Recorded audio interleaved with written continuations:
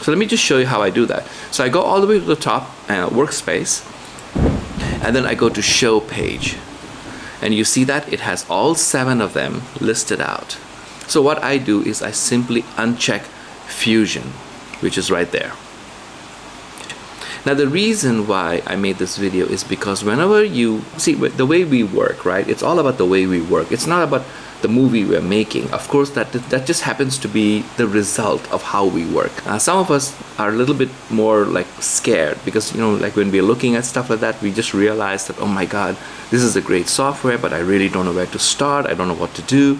And then this is where the difficulty part stuff comes. You know, you're already in a position where you're so scared of how to start and what to do. So now what I do is, because I do not use Fusion, because it's all about special effects and I don't have too much special effects in my videos, so I could actually remove it from my bottom list. It's very easy for me to get distracted by trying out different things. Of course, when I'm in the learning process, I do want to try out different things. But when you are trying to get your work done, a lot of things that you see on the screen is distracting you because you're trying to figure out, like, what is that? What is that? What is that?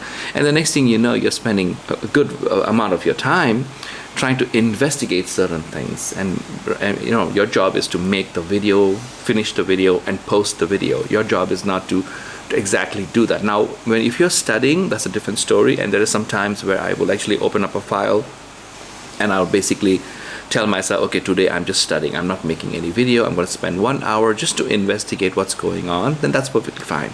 But I don't like the distractions, and so in that case what I'm going to do is I'm removing Fusion, because what happens is, if Fusion is over there on the bottom, I will always catch myself going into Fusion and trying to try something out, and next thing you know, I wasted 20 minutes trying something out which I'm probably never going to use.